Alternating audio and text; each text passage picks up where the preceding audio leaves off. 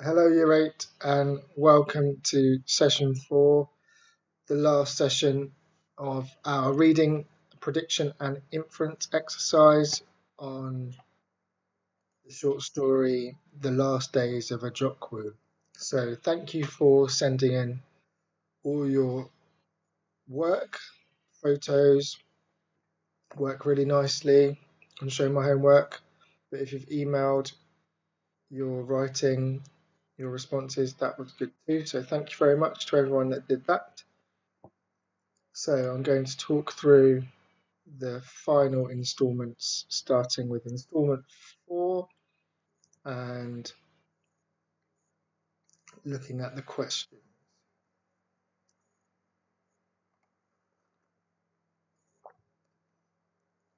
So installment 4.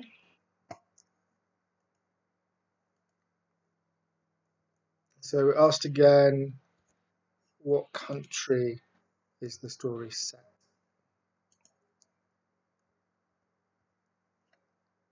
So we have clues that you can infer. So we've already had talk of rice paddies and volcanoes.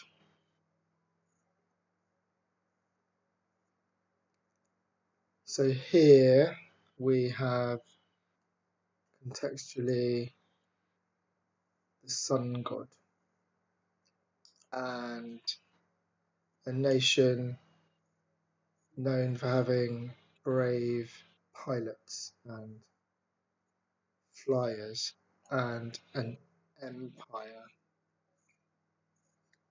an imperial air force.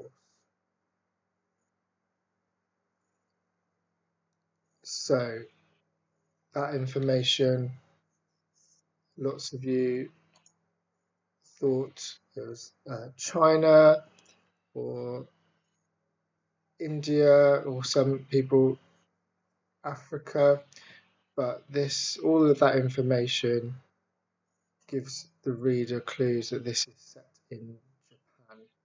And lots of you got that and have researched that and have worked out even which city the story was set in before we got to installment 7. So, what period of history? So we talked before in the other installments about men, the young men, so they would be of fighting age. So they have gone from this society because they are fighting like Ojukwu's son. So this period of history is World War II, because we have the Air Force and Japan fighting against the Allies in World War II.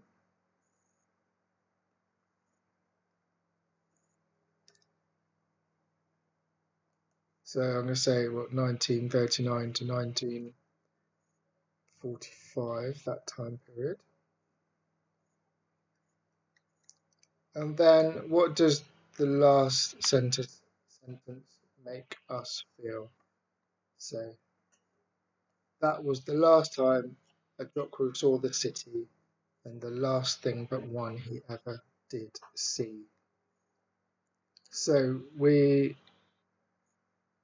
know Ojukwu by now, this nice old gentleman who's working in the fields, got friends, working hard, tired, trudging wearily, proud of his son, how smart his son would look, and how his son was given the Winged Star for extreme courage. And there's a plane he can hear but not see, so high above him that he thinks could be his son, and how lovely that would be to see his son in the upcoming festival. And he's tired and he sits down because he's a bit tired to regain his breath, and also because the view of the city, what a beautiful view it is.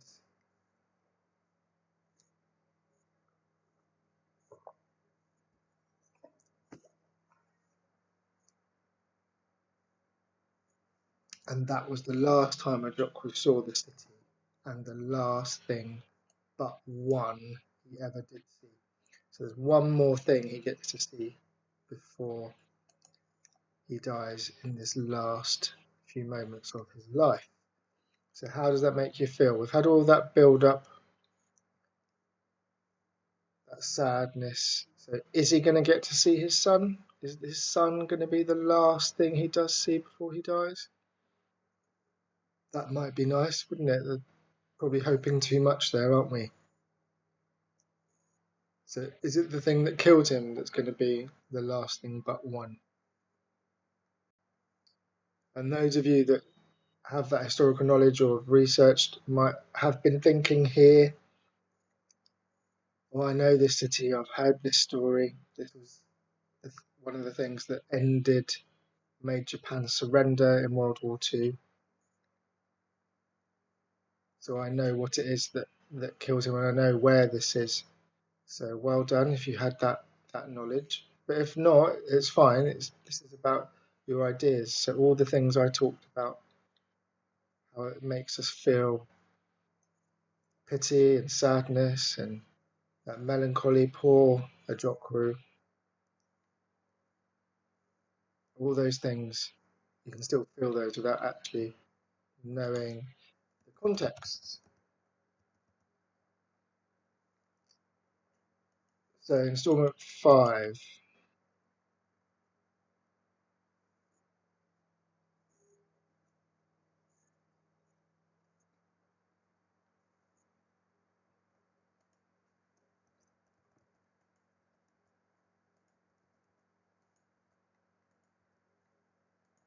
So some people got this straight away, and some people were not quite sure what was happening, so that's fine.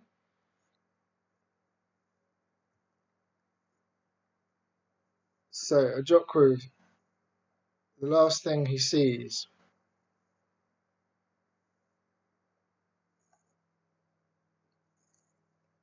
a light,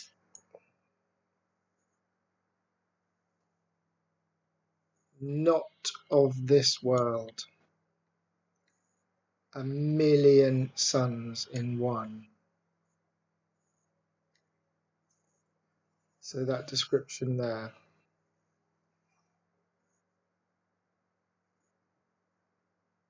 So the light, Ojukwu had never seen a great green super sun.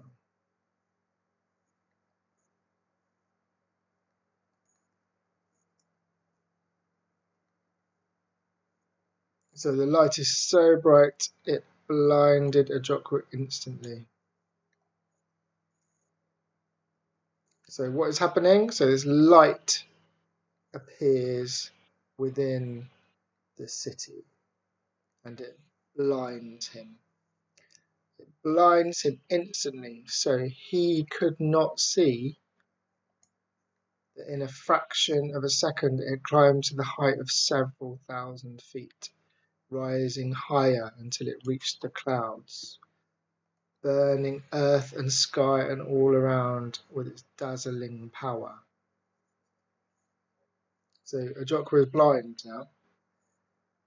That's the power of this light. And then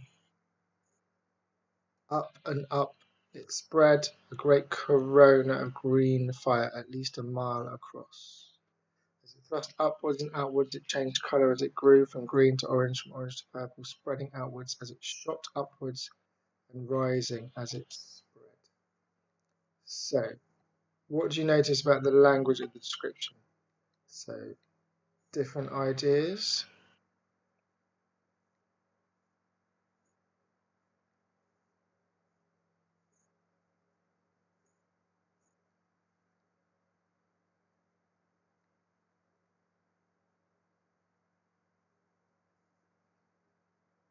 So,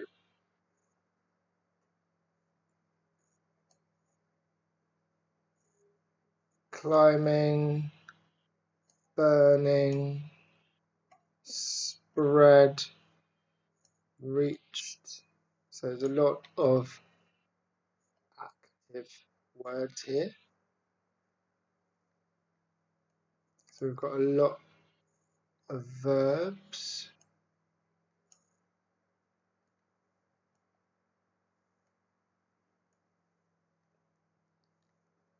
So lots of verbs because of how powerful and active the action of the light and the spread of the destruction of the light. So what have you guessed is happening? What has caused this light?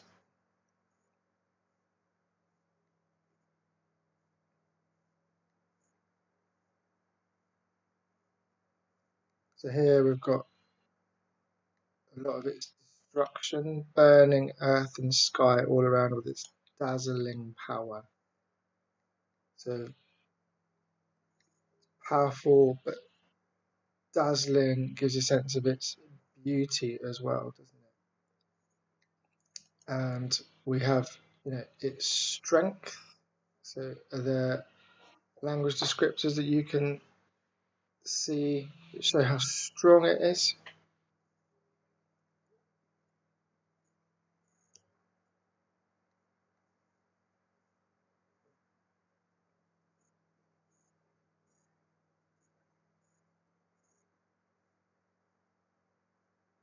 So going back to those verbs, I suppose there, isn't it? This idea that it's not of this world, so it's otherworldly, shouldn't be here. And then colours, so green. Green is repeated, isn't it? Green, a great corona of green fire. And then green to orange, orange to purple. So lots of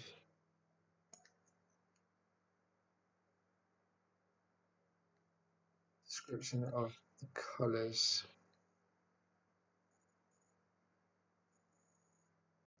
So this idea of irony as real sadness. So I've had irony used before, like I said in the previous session.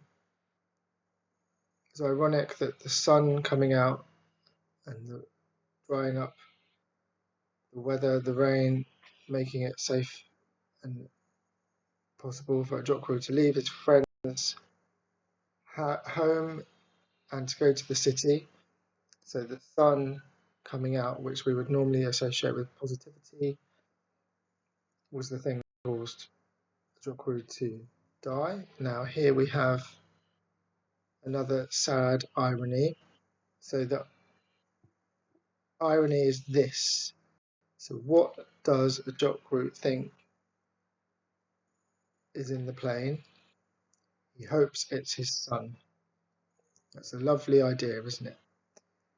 However, in fact, what was the plane carrying? So the irony is that it was the plane that was so high that you couldn't see it. It was so high because it was carrying the nuclear bomb, the atomic bomb that created this light and this explosion. So that there's a twisted sadness there, isn't there? That what he was hoping for, how proud he was of his son, actually, it was something that was going to cause mass destruction and would be remembered forever.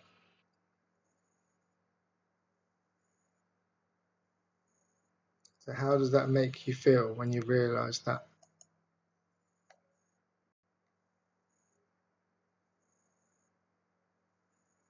That sadness, that heartbreak, that almost makes you laugh in sort of a sad way, doesn't it? This poor man. So how does that make us feel about atomic weaponry and nuclear power? So, installment 6.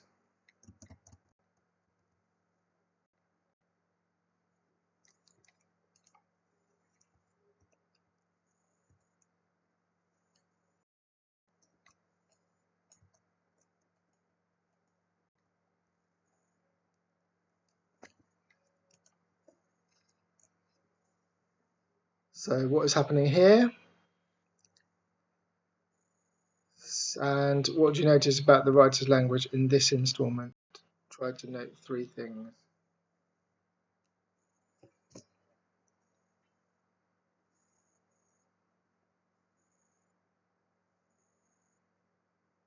So now it's not just about the light now, is it? We've got a cloud surging and following the path. So the light was above it, and then in seconds it's a pillar. And then in seconds more, there's a great dome that bestrode the pillar. So that means like standing over the pillar. So you've got a round shape on top of a pillar shape, which makes it a mushroom.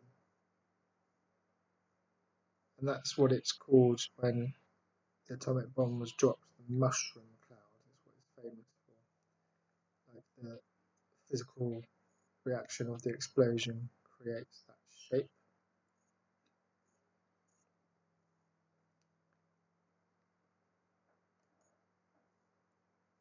And then up and up it's pushing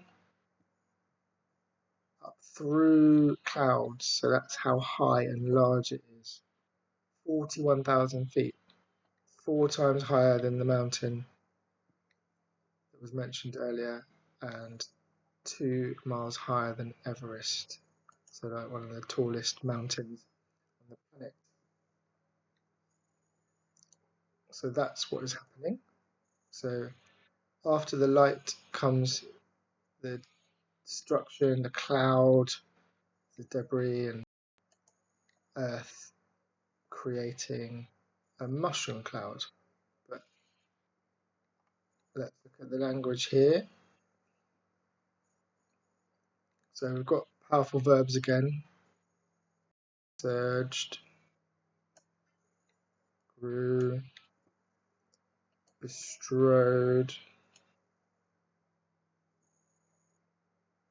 pushed, torn. So some of them are quite violent, aren't they? It's got some violent verbs, language, and we've got some personification. So bestrode, so standing over. So like it's standing over something gives a sense of superiority, status and power. And then down here again we've got it was as though the earth and sky had been torn apart by that almighty sun into a great cloud, which the cloud possessed as its own domain. So this verb here, possessed, so to own something. So there we have a nice piece of personification. So it's like it's royalty, it's like it's mighty. So it's bestroding, it's standing over, and it's possessing everything around it. Then we've got this idea, unearthly. So in the previous instalment we had not of this world, didn't we? And now it is unearthly, so like it shouldn't be here. Magnified 1,000,000. So yes, that's right, we've got alliteration there. And we can see the alliteration, the repetition emphasizes the mushroom, how big the mushroom is, the M sound.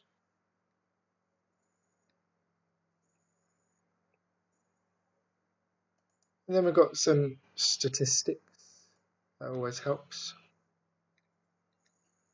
giving us the scale of it. 2 miles higher than Everest, 41,000 feet.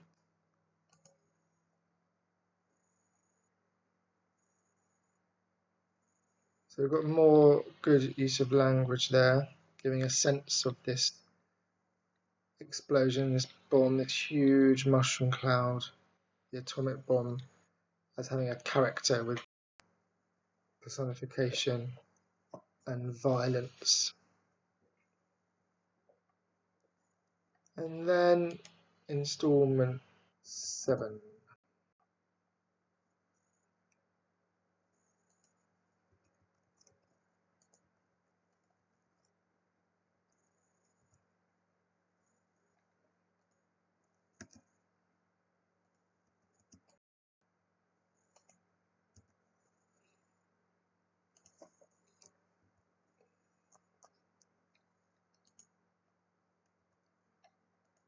So all this happened and Ojukwu was already dead. He shriveled up in the first wave of radiation, he and 100,000 others who died in Hiroshima that day and over many days after. So that's quite powerful there, isn't it? Quite gruesome. This poor old man that we've sort of grown to care about, dead instantly, just sitting there looking at where he lives, and then he's dead. And the radiation caused him to shrivel up. How does that make us feel? And not just him, 100,000 others.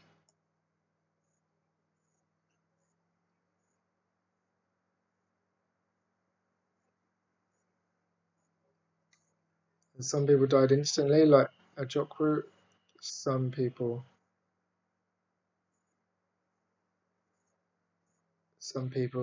wouldn't have been as quick and painless.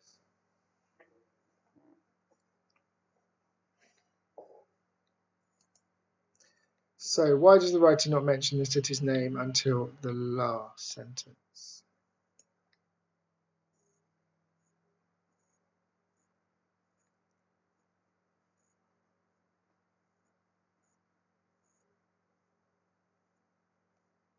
So it's about, when you're writing, it's about giving your reader what you want them to know, to keep them guessing and keep them intrigued to read on. And lots of you were talking about how this story worked for you that way. So if you'd known it was Hiroshima straight away, and you had a vague inkling about what was going on, and you knew about the atomic bomb and the explosion and the mass deaths, would the story have kept you guessing and kept you interested if you'd have known the title of the story, The Last Days of Ojukwu? So a key thing is that engagement, isn't it, with the reader and their relationship with what they're reading.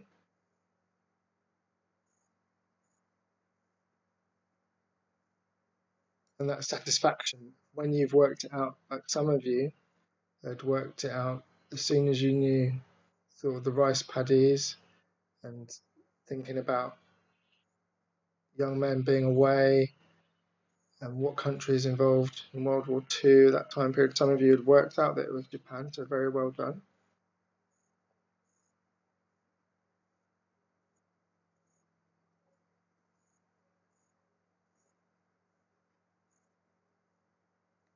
So what does the writer intend to make us think and feel by this story? So I think this is a good thing to think about, isn't it? So if you know the history of it, like I said, it was one of the things that caused Japan to leave, surrender World War II, which meant the Allies, which meant the Americans and the British were able to win, which is obviously a positive thing. But 100,000 people, and this was one of 2 bombs that was dropped, 100,000 people died for the war to end. So what's the writer trying to get us to think and feel there?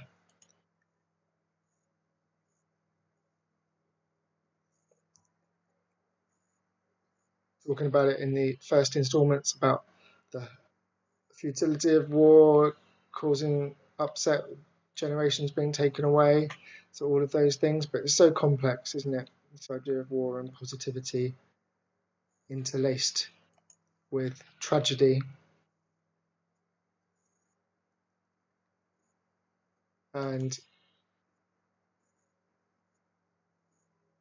some people may have thought negatively about the Japanese people, just as some people thought negatively about the German people. And when we read a story about just a nice old man proud of his son who's fighting for his country and his empire, what does that make us realize? That we're all the same? That there are good and bad things that happen in war? There is good in everyone, no matter what side you are fighting on.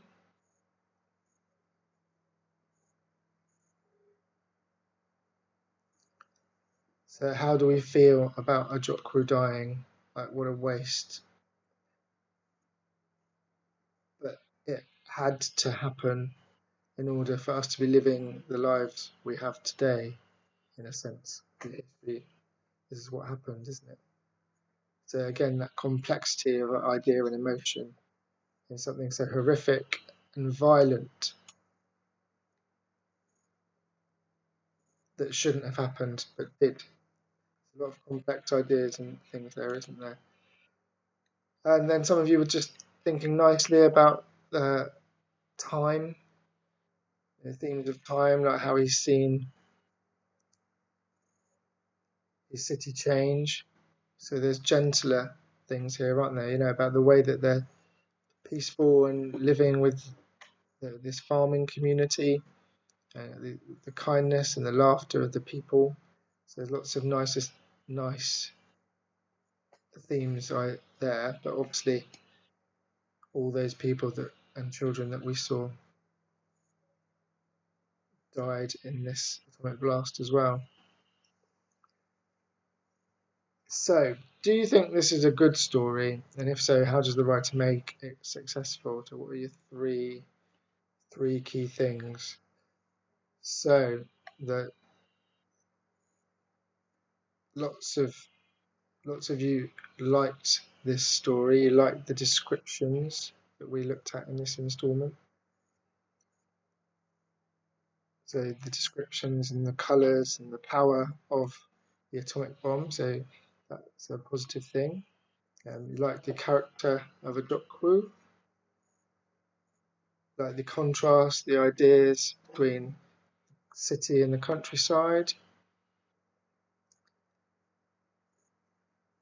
You like that it kept you guessing and that we kept having those sentence cliffhangers at the end of most of the paragraphs about him going to die soon.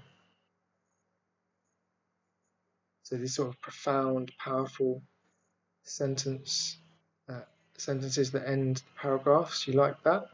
And how he kept us getting to the end, exactly where it was. And then the irony that we've talked about. You like that? So that sadness.